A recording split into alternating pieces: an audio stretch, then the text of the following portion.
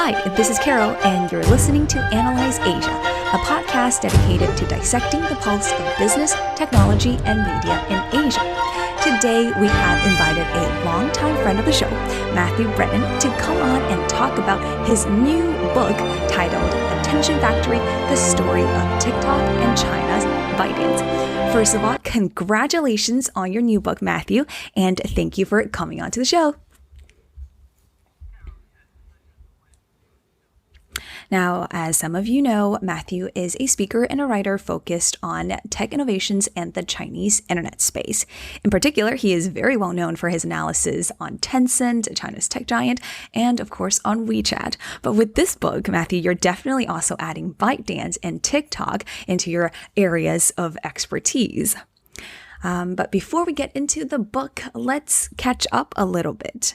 Now, some of our loyal listeners might know that you are one of the, if not the most frequently appearing guest of the show. But the last time you came on was actually more than a year ago, around June 2019, and we were talking about Tencent's Q1 earnings. So what have you been up to? Working on the book, I assume? Did you start researching into it already then? Thank you, Carol. Yeah, it's a pleasure as always to be on the show. Sure, yeah. So obviously that was pre-COVID. So yeah, since COVID broke out was when we really started getting into writing this book. You know, ByteDance is a competitor with Tencent. So that's where it sort of came from. Whereas I was using ByteDance products a lot and understanding them as a competitor to Tencent. So that's where I really got into it deeply. I think their Douyin product and TikTok is a really compelling user experience and represents a sort of new wave of internet usage habits that I think we're seeing globally now as TikTok has taken the world by storm. But that story happened 2 years earlier in China, right, around 2018. So what we're seeing now this year globally is sort of an echo of what happened to some degree in the China market previously. I've been focusing on mostly, this book has been the biggest project that I've been working on over the last 9 months and has taken up a large chunk of my time with the research and speaking to people at ByteDance and collecting my thoughts and analysis around, you know, what makes this compelling and why is this company growing so fast? Because really it's been quite an amazing journey for them. And so they really have sort of entered the big league now. So they are worthy of analysis. And I think everyone's kind of aware of that now. Definitely. Wow. 9 months. This is like really your baby. And so why don't we, start diving into the book? First of all, you already touched a little bit on it. What really inspired you or made you want to write this book? I was doing a little bit of research on Amazon, and I think this is the first English language book on both ByteDance and TikTok, right? To my knowledge, it is. Even in Chinese, I could find one book in Chinese that actually covers ByteDance. We bought a copy of that. It didn't do particularly well either. It was written a few years ago. Yeah, this is probably the first book that in Chinese or English that covers this material in one place. Yeah, a lot of it's original stuff based on research. I basically read everything in Chinese and everything in English that is out there on public and spoke to a lot of sources at the company. Fortunately, I've been, because ByteDance I've kind of seen it grown up being involved in the China tech scene for many years now, that I know people working there. And before I even had the idea of writing this book, I was already talking to them about, what troubles and difficulties they were coming over. And I sort of got a clearer picture of like what really happened and the growth stages there. So that was great. That really, really helped. But, at the end of the day, what's inspired me to write is just how obviously compelling Douyin and TikTok are. To be honest, there's a little thing that most people don't know is that back in 2018, we actually sat down and wrote a business plan of how to leverage this with a friend of mine, because we were two entrepreneurs in China and we could see that this thing was really we believed in the product back then. We believed that like TikTok would eventually become very successful around the world. We didn't do it in the end because we realized that the model around TikTok, when we spoke to the product team, they couldn't guarantee that we were going to do e-commerce. So that was the deal breaker for us. We wanted to do e-commerce. I thought you wanted to be a TikTok, celebrity. That's too bad. Well, right? There's a lot of new celebrities being formed on TikTok for sure and Douyin. But we wanted to do e-commerce and the TikTok team back then couldn't guarantee that they were actually going to do that. So we decided not to go with it based on that. But yeah, I mean, it just speaks to the fact that, we saw this coming, I think. And it was, if you use the product yourself, you know why everyone's talking about it. That's right. I became very addicted to Douyin during quarantine because there really wasn't much to do. And once you download the app and you just get hooked immediately, And I actually even made a few videos and uploaded onto TikTok. That was very difficult to use TikTok while in China. And I believe that account accumulated over like 1,000 fans or something, which isn't a lot, but it was an interesting experience. So what are some of the key themes and topics that you cover in this book? Yeah, so the book, I think, is an exploration of why ByteDance, why TikTok, why Douyin, and why short video. These are the kind of questions that we're asking. We're looking at the 0 to 1 here. We're not looking at things such as, Donald Trump and bans in India and political issues like that. If you come into this book looking for stuff around that, you're going to be disappointed. This is a breakdown of how this company got into this position in the first place. And why wasn't it Tencent doing this? Why is Facebook not being able to counter the rise of TikTok? Why were they blindsided by it? I think these questions are fascinating. So it's an exploration of competitive dynamics between large internet companies, and it's also an exploration of what I believe is a new wave of the mobile internet, which in one of the biggest trends in the past 3 years, which has been short video, and also the rise of recommendation. Recommendation engines. We go into that quite deeply. Right. So you focus on more of this, timeless knowledge versus just commenting on recent news kind of thing. I understand. We know that a lot of obviously different people are interested in the topic of TikTok and ByteDance for a myriad of reasons, some of which you've just mentioned. So can you, talk a little bit more about who the intended audience of this book are? Well, it's like any project. A certain part of it's just writing for yourself, I guess. But you're sort of led by what you feel is interesting. I did, Rita Liao from TechCrunch was guided me through the process as an editor, which was really, really useful to work with her. She's written about ByteDance extensively herself. So it was great to have a sounding board, someone who I really respect, and it was amazing to work with her. But at the end of the day, this book is very much a business-focused book. I feel it's going to be something that internet industry people want to read. It's going to be something that investors want to read. And it's going to be something that if people are really just deeply interested into understanding why short video is so compelling and the trends that are forming our habits around internet usage, then this is really going to be a book for you. So that would include academics as well, I guess. Do you also address some of the potential misconceptions about ByteDance and TikTok in the book? Because we know that, TikTok and ByteDance, they're often characterized by English language media and commentators as a threat to Facebook, a threat to Twitter, and even a threat to the US government itself. Yeah, sure. I mean, I think we humanize the company for sure. We talk a lot about the people behind it, the founder, the key executives, etc. For sure, we do dispel plenty of myths in the book, and we got definitely some exclusives in there as well of things that have surprised people. I think so far some of the best feedback I've got is actually from ByteDance staff themselves, who've said like, I was pretty surprised that you could find that out about the company, and also that it's pretty accurate. So for me, that's the feedback that I'm probably most proud of so far. Dispelling myths, I think there are some myths around Chinese technology and some misconceptions in general, not just ByteDance, that we dive into and sort of break down what were the real drivers of success for ByteDance. Yeah, those are definitely some really good feedback. I personally haven't finished the entire book yet, but there were already things that I were really surprised to find out. For example, dive deep into the background of Zhang Yiming, who is the founder of ByteDance. And I knew that he worked briefly at Microsoft in China before, but I was surprised to read in the book that he also worked for Fanfo, which is China's Twitter clone, started by Wang Xing, who is the founder and CEO of Meituan Dianping.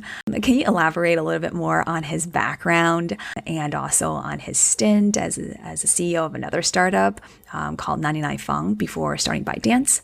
what do you think some of the lessons that he learned there were? Yeah.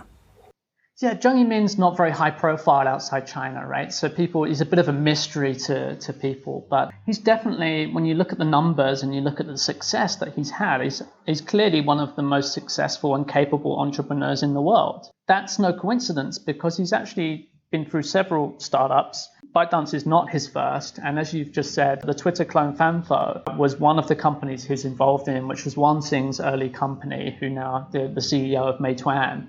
And so it's quite a coincidence that those two characters are now who were working together, hustling their way through the sort of topsy-turvy world of the Beijing startup scene at the beginning of this decade, of the last decade.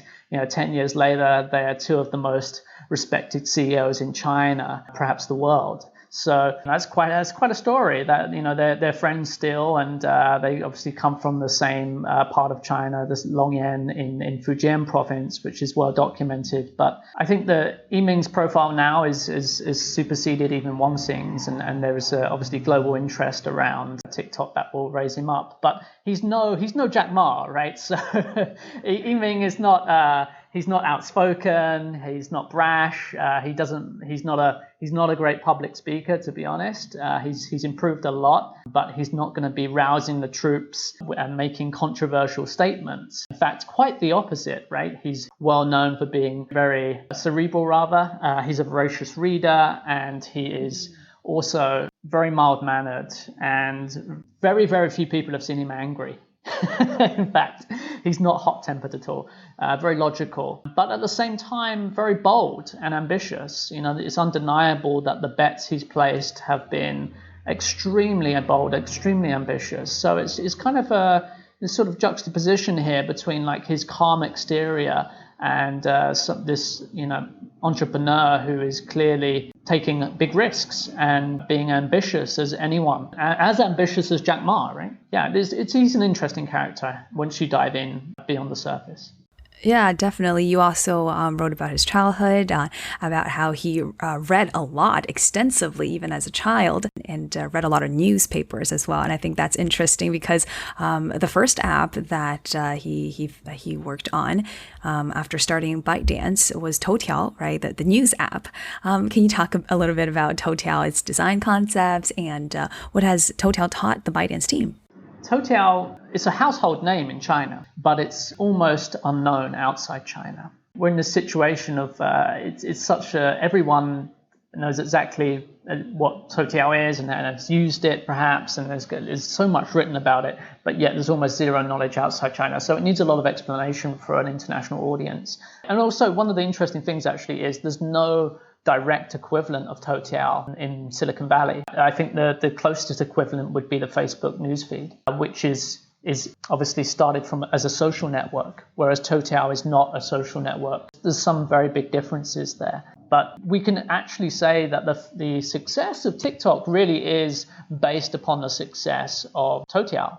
If you don't understand Toutiao, you won't understand why ByteDance is the company behind TikTok. The two it's a sequence of events that led directly to the advantage in the recommendation engine technology, which led to them making the breakthrough in the original version of Douyin, the original version of TikTok, which is Douyin. Yeah, everything's linked together. Understanding Toutiao is critical to understanding TikTok. And so it's really what they did there they were the first Chinese company to really place big bets around going all in on recommendation technology and recommendation engines and leveraging machine learning and deep learning into building best-in-class technology around this.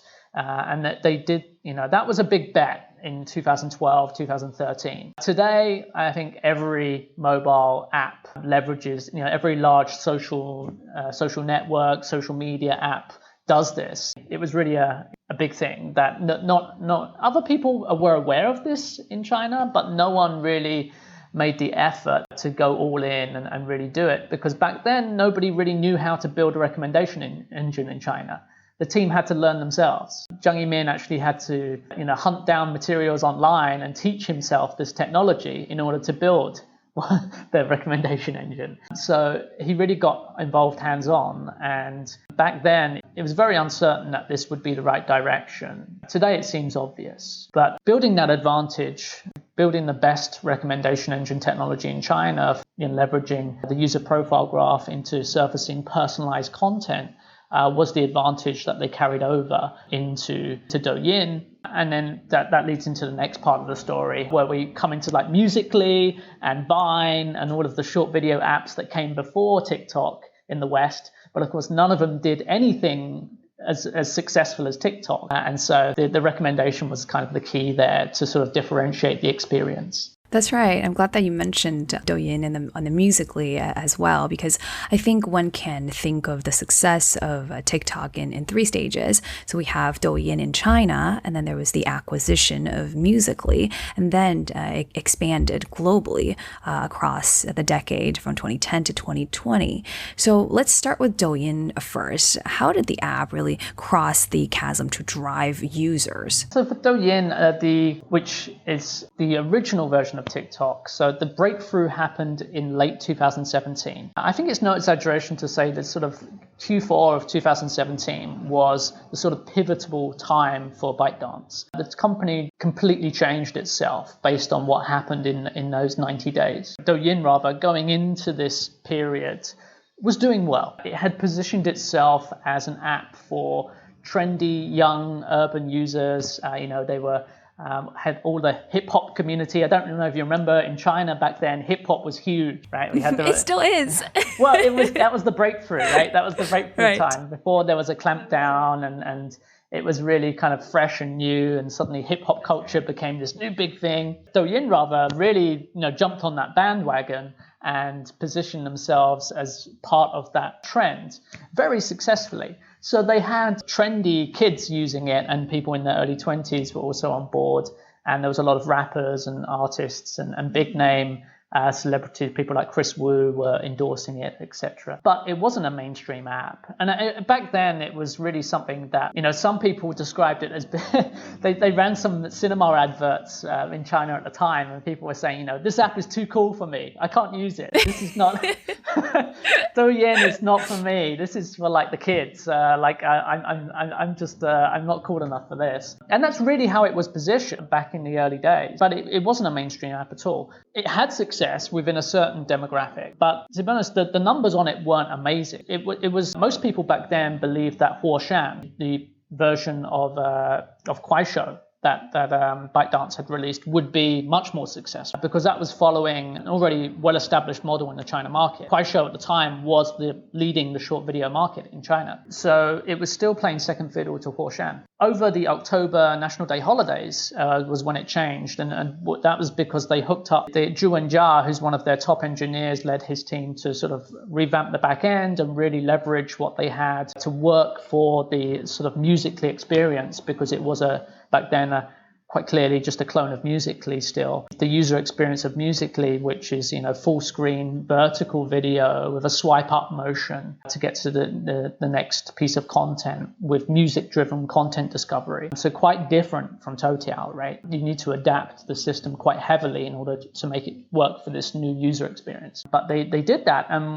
once, Zhu and Jia's team actually made that work a lot better, they saw just every single statistic around the app exploded, from retention rates to user numbers. Over that month, I think user numbers doubled. It kept going from there, from like 7 million daily active users through to 14, through to 30. And then by Spring Festival 2018, it just completely broke out. And that was around the time that we had things sort of like, I don't even remember, there's the Karma's a Bitch meme that was huge, and that broke out. There was a song called the Silly Silly Song, which everyone was doing the Silly Silly dance. If you remember that, yeah, right. That's the one, yeah. So everyone in China knows this, right? Like these just went viral everywhere. But Karma's a Bitch was interesting because it actually went outside China. Those compilations went everywhere on global media. I was watching those compilations on YouTube, I must admit. They were very addictive. And I think each of them had like millions upon millions of views. It was viral, yeah. Exactly. So that was the really breakout period, those few months. Before that, the image around ByteDance, before that, ByteDance wasn't known as ByteDance, it was known as Toutiao. Everyone just called it Toutiao, right? Even the employees called it Toutiao. Only in the last sort of 18 months have people really got used to calling it ByteDance again. They were known as the Toutiao company, and Toutiao was mostly used by the users for that app were mostly countryside rural users, people using cheap or mid-range Android devices, and it had a quite bad reputation actually for serving users clickbait content and sort of trashy memes and things like that. And it wasn't a cool company, to be honest, right? It wasn't something that people would say, I work for Toutiao. Oh, that's cool. They weren't perceived as, perhaps for their advances in machine learning and around recommendation. I think a lot of, people respected that. In terms of their user base, it wasn't it wasn't perceived as a sort of very trendy company. That completely changed within this, with Douyin, and then now with TikTok, it's just it's almost unimaginable. The old company and where it is today, it's just completely reinvented itself. That's right. This is a question that you said that your book is set out to answer, like why not Tencent, right? And we know that Tencent did try to challenge Douyin on the home ground as well with Weishi. So what did they get wrong, and why did they fail? Why not Tencent? That's a question we definitely tried to answer. Why not Tencent? Yeah, you can't blame Tencent too much, to be honest. They got caught unaware, but I think everybody in the China market got caught unaware. That's what I find so fascinating about this, is that nobody really predicted that Douyin would be so successful. Even ByteDance employees, nobody thought it was very special up until late 2017. The reasons for that we go to quite deeply in the book. But Tencent basically entered the market for short video very early, and as soon as Vine became popular, they had their own version of Vine out in the China market a few months later, called Weishi, and that was much, much earlier than anything that ByteDance did. So they entered the market early and with a clone of Vine, and it didn't really work out. It was too early, basically. And for similar reasons to why Vine didn't work out, Weishi also kind of flopped. They backed Kuaishou just before Douyin sort of exploded. Tencent, came in and backed Kuaishou, which was a smart move at the time. I think before, at the time, people would say this is a classic Tencent move. Invest in a proxy company, take a percentage, don't go into the market yourself. This is what they've done with Meituan. This is what they've done with JD. This is a smart move and a savvy investment. And so they were probably feeling quite safe. To be honest, at the time, I don't think I would have criticized them for what they did. But this thing just came out of left field. I don't think anyone really understood how powerful this combination could be of recommendation plus the Musical.ly experience. And so there's sort of like one of the conclusions we got from the book is sort of that the Musical.ly team was sitting on a gold mine, and they sort of had 65% perhaps of all of the things that they needed in order to become the next Facebook. But they just didn't have this technology aspect down at all. And obviously nobody really understood that this could be so big.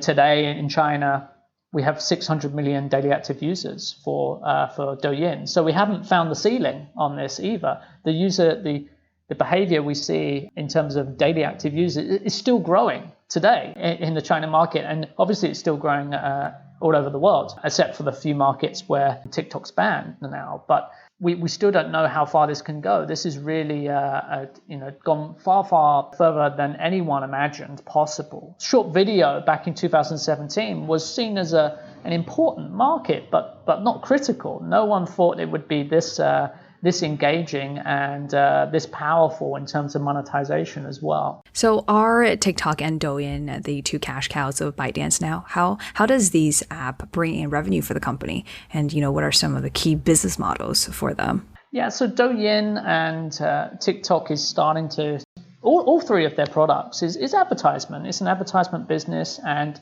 I think they've learned a lot from Facebook in how they operate that advertisement business. It's very similar to Facebook. With advertisement, it's all about the optimizing time spent in the app, right? The more time people spend using your products, the more adverts you can show, the more money you can make. Of course, there's many other ways that they make money, and actually they've been quite innovative in sort of thinking up ways to convert attention into dollars, not just ad dollars.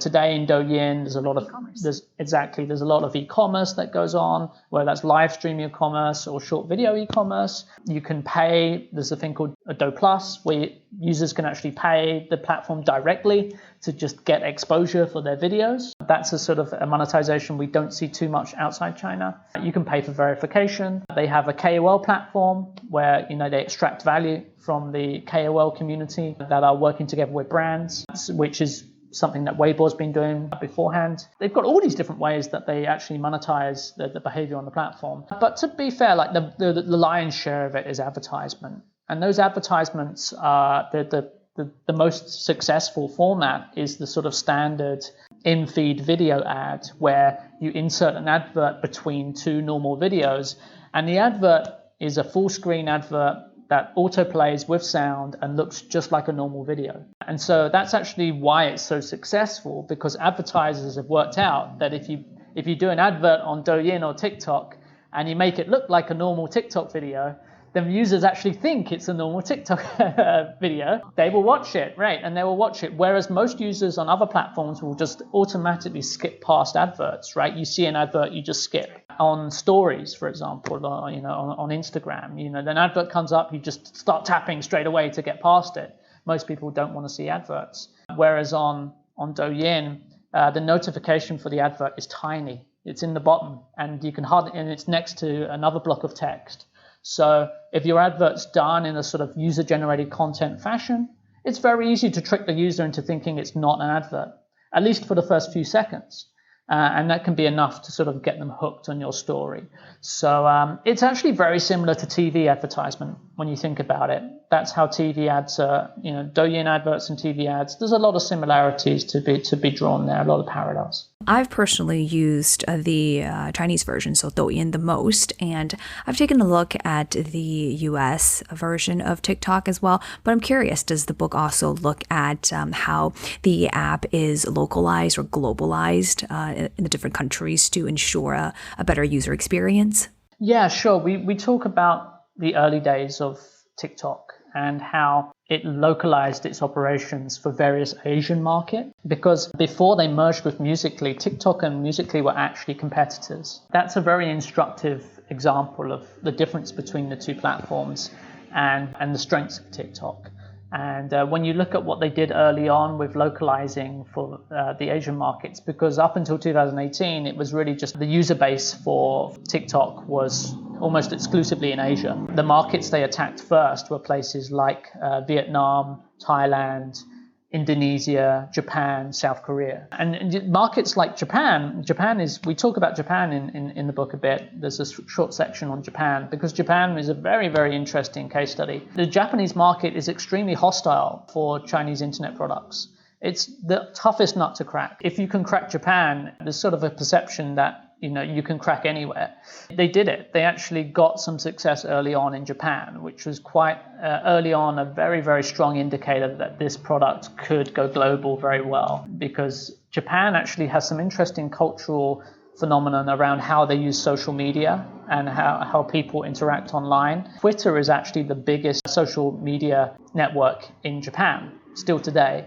And people, when they use Twitter in Japan, they don't like to show their face on their profiles. And a lot of people like to set up multiple profiles with pseudonym names and keep their anonymity online is actually a behavior that we see quite a lot of. People are a little bit afraid of, when we think of early TikTok and Musical.ly, right? Back then, it's usually people dancing, lip syncing, making goofy comedy videos. This is exactly the kind of content that Japanese people are traditionally meant to be very bad at doing and sort of very afraid to do and embarrassed to create this kind of content. Before going into that market, you would think TikTok's probably going to do very badly. As it turned out, they found out ways to get around that. Even despite these local market cultural aspects, it should have been holding it back. It still did very, very well. And so that was really the first market where TikTok had offices and staff on the ground. And so we talk about Japan a bit, and there is a lot of localization that they do for each market. In fact, even today, For You page is kind of localized for each regional market, and there's a sort of a region lock on TikTok. If you're using TikTok in Japan, for example, the For You page will be quite different than if you're using TikTok in Indonesia, for example. That's been an important aspect for actually growing the platform, is localizing the content, and the recommendation is localized as well. That's loosening up over time. It used to be very, very regionalized, where basically each country was like an island onto itself. And unless you used search, you actually couldn't you couldn't find content, between countries. Now that's loosened up quite considerably. But in the early days, every country was like an island. That's my experience. It was very difficult for me to try to go on TikTok. I think I had to also remove my SIM card while I was located in China. So VPN just simply would not work. And of course, there's pretty much no way for me to see content from anywhere else other than the US and China now.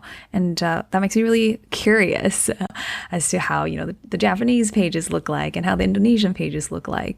Yeah, that's very interesting. Yeah, well, what you're talking about there, Carol, is a little bit different, because like Douyin and TikTok are sort of, Douyin is just for China, and TikTok, you actually can't use TikTok in China, right? And you can't use Douyin.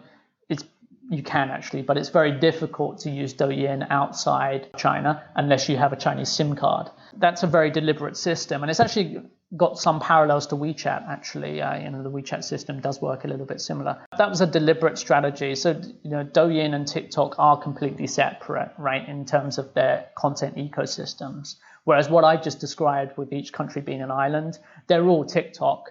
It's just the For You page is localized. So search, you can still find anything you want through search, but you wouldn't be able to find Chinese content on Douyin through TikTok on search. Gotcha. Okay, I understand now. And we know that there are, of course, really many different ways to look at TikTok. And this one interesting insight was from this article by Eugene Wei titled TikTok and the Sorting Hat. And the sorting hat referring to a Harry Potter sorting hat. And Eugene's insight is that TikTok does not need the social graph, but rather rely on the recommendation engine algorithm, which we talked quite a bit about, to push customized content for the user, which makes TikTok a more direct competitor to YouTube in the way that the content is presented, and not in the sense of the length of the video, of course. What are your thoughts on how we should think of TikTok? Is it just simply a mobile app, a social network, a video network? How should we really define it? Yeah, so TikTok themselves say openly, and they've been saying it for years, we're not a social network. There's quotes they've been saying that for a long time. That's completely true. It's not a social network. I think the paradigm of comparing it to Facebook works in some ways, but the paradigm of thinking of it as a new form of YouTube is a much more useful way to think about it, I feel. In the book, we actually talk about YouTube early on and use it as a case study to talk about recommendation, because there's many really useful paradigms to think about this. So if you think back to YouTube in 2010, YouTube was actually pushing YouTube channels quite heavily, which is based around the sort of concept that a YouTube channel would be something like a TV channel. That's exactly what they were trying to go for, is like replicating TV onto the internet. That YouTube channels is still with us today. It's still a way that people subscribe to content and find content. But actually what they found out from the advances that happened with Google around machine learning in 2000, with Google Brain, obviously by Andrew Ng and the Google X team, the Moonshot lab that they had there, that was really the big one. But even before that, with a system they had called Sybil in 2011, was that they made some really big breakthroughs with recommendation.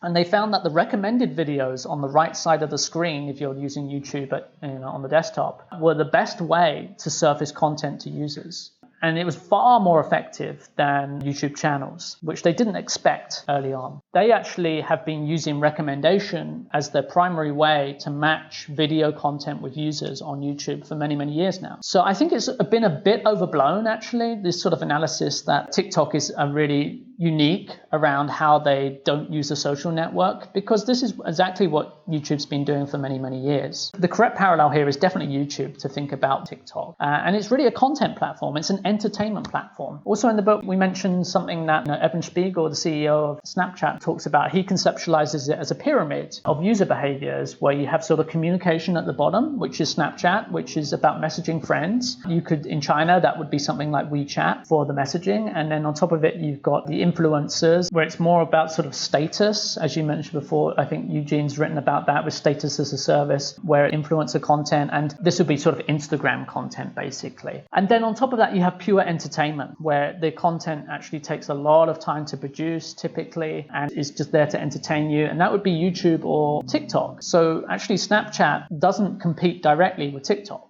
In his mind, he actually sees them as a friend, not as a foe. Maybe it's the enemy of my enemy is my friend, right? So like they're taking away time mostly from Facebook. So he sees that TikTok is a friend of Snapchat's. On a sort of high level, I think he's actually correct here that what TikTok does and what Snapchat does are so different. They don't really compete with each other, even though the user bases are both very young. And so a lot of people think they do compete. But the purpose of TikTok is to entertain, essentially. I know that 2020 has, of course, been a really tough year for all of us, but also especially for TikTok, right? There was, the ban in India, and then this just everything happening in the US, right? They initially hired Kevin Mayer, the former head of Disney Plus, to be the CEO of TikTok, and then Donald Trump threatened to ban the app, and there were talks about a forced sale. I know that your book doesn't specifically address what's happening in the news, but what are some of your thoughts on this? Where do you think this is headed, especially given that the US presidential election is just around the corner as well? I'm no political analyst. It seems pretty clear that, Trump is using this, for political gains. I think this topic around the sort of political issues with TikTok has just been, there's so many people talking about it and it's been dissected to death. I'm actually really bored of it, of talking about it. I think there's so much being written about it and we don't know really what's happening. It's essentially a political issue. And it's one of legislation and legal issue as well, right? So as someone who, I'm coming at this from a very different direction where, I want to sort of understand why is TikTok even in the position where it is today, where it's been so successful that it's got itself into a position where it's considered a threat. I think that's the key question to understand here. And a lot of people feel they understand it from using the app, of why it's so addictive and why it's so popular. But we really sort of break it down, I think, in a sort of more deeper way here of why that is. How it's so addictive is what led to its popularity, but do you think it will also lead to its own demise because a lot of people, after having feeling like they wasted so much time, right? They want to, delete the app, get off of it because they can't control how much time they spend on the app. And I myself actually left, logging on to Douyin because I felt like it was a huge time waster. Do you think this could be one of the challenges that TikTok and Douyin is going to face in the future? It's a good problem to have, right?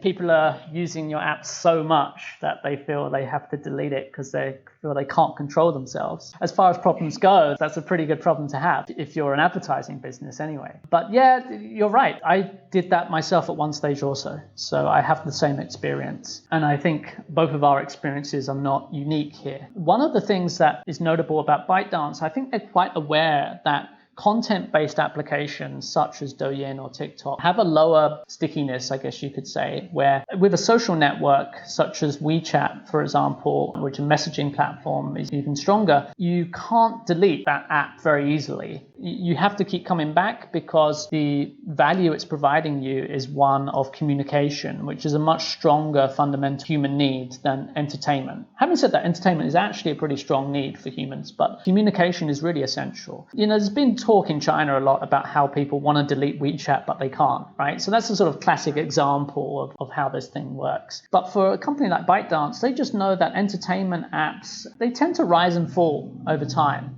We've seen this with Facebook. It would be another really good example. The actual Facebook app, the Blue app, it's really become a platform that many people don't want to go on now. They use it at a certain time, but now they feel they wouldn't use it.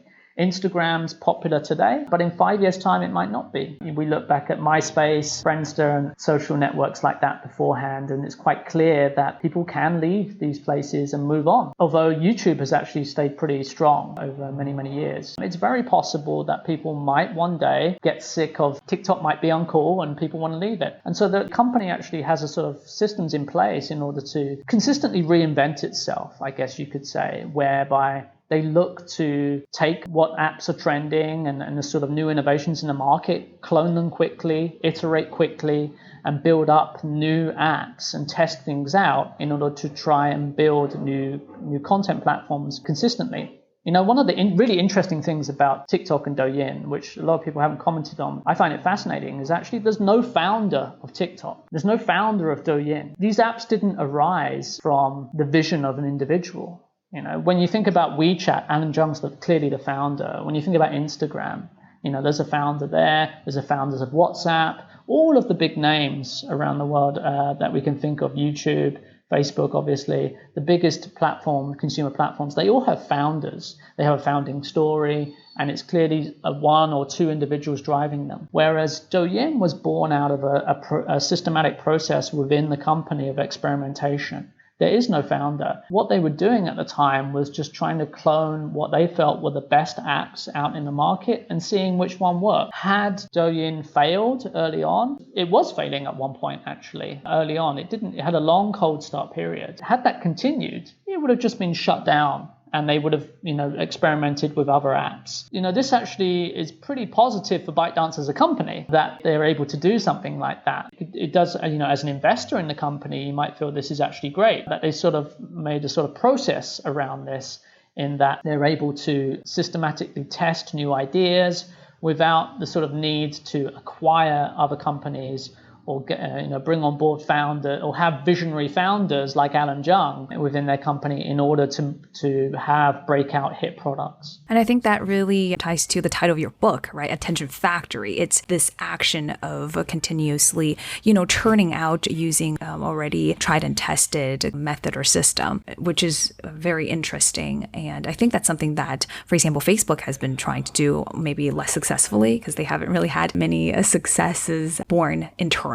Now that I think all of us are ready to really finish with 2020 and, get on with 2021. So what do you think are some of the key challenges for ByteDance in the coming year? So the key challenges for ByteDance, well, obviously the political risks are the key challenge. Like I say, it's a bit out of the scope of my knowledge to actually comment intelligently upon what's really going to happen there. We'll have to see, but I think overall, we can still be quite positive about this company regardless of what happens in America. If they're able to stay in America, that's great. Obviously, that's a very lucrative market and that will be fantastic news. If they're not, they're still able to, do a lot in the Chinese market now and in many, many other global markets around the world. TikTok won't be banned everywhere. It's fair to say that a lot of places around the world, ByteDance will still be able to grow their user base through TikTok. So what we can expect from a company like this, a Chinese company, they will look to take the beachhead they have with TikTok now all around the world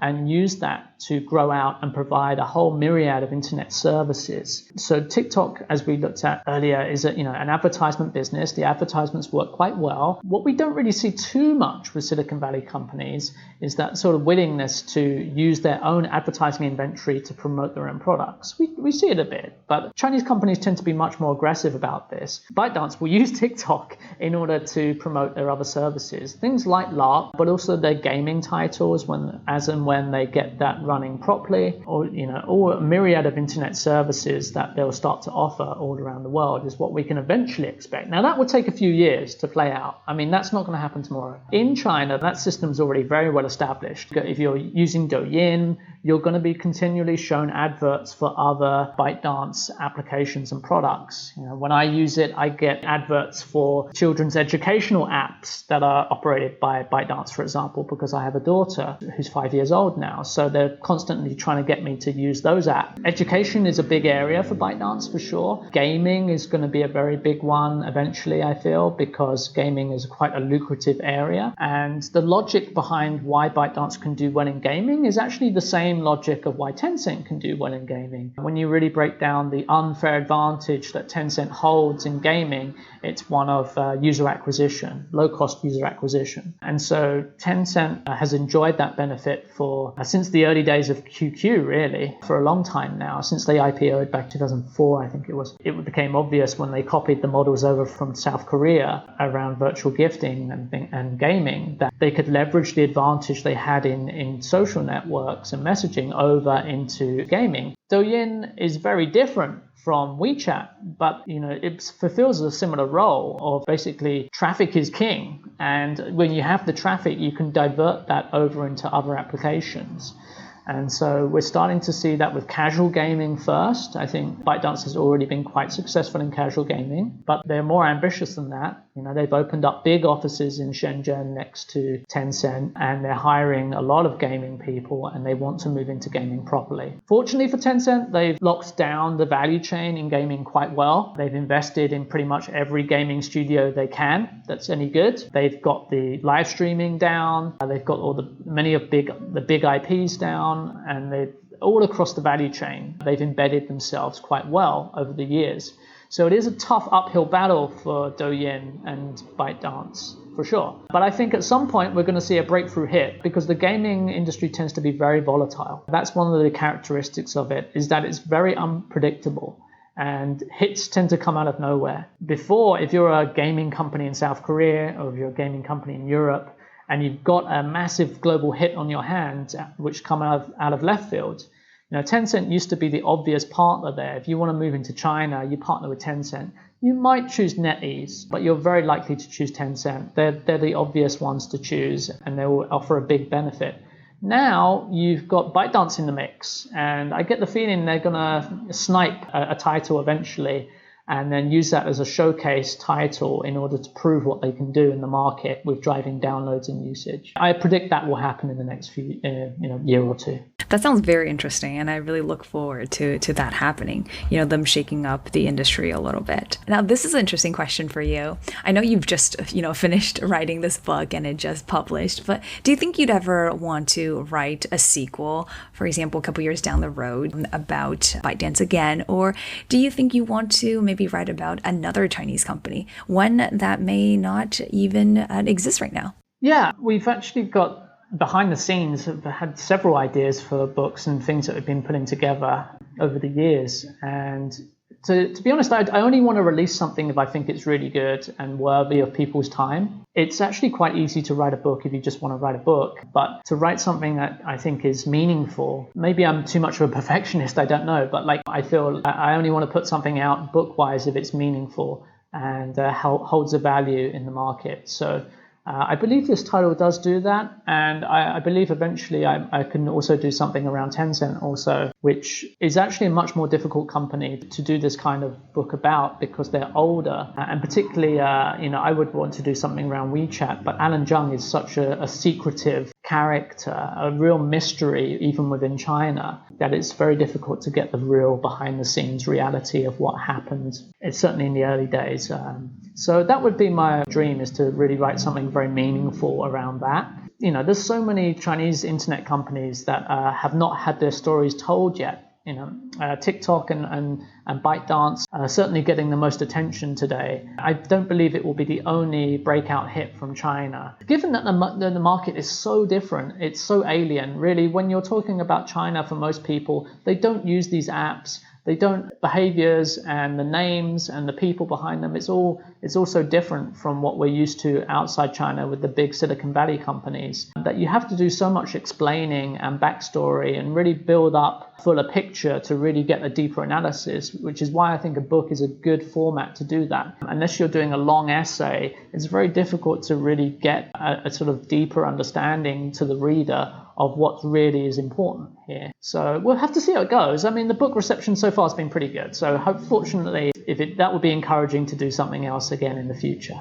I do also would love to read your book on Tencent and WeChat. I have faith in you that I think if there was a book in English that is worth everyone's time to read and that is on WeChat, on Tencent, I think you'd be the perfect person to author such a book because of the number of years that you put in just covering their story, And I think from this interview, I hope all of our listeners would be rushing to get a copy without even having, gotten here to this part of our interview already. So thank you for, coming on and sharing your thoughts with us on both TikTok, Douyin, and then also on the company, for introducing us more to your book.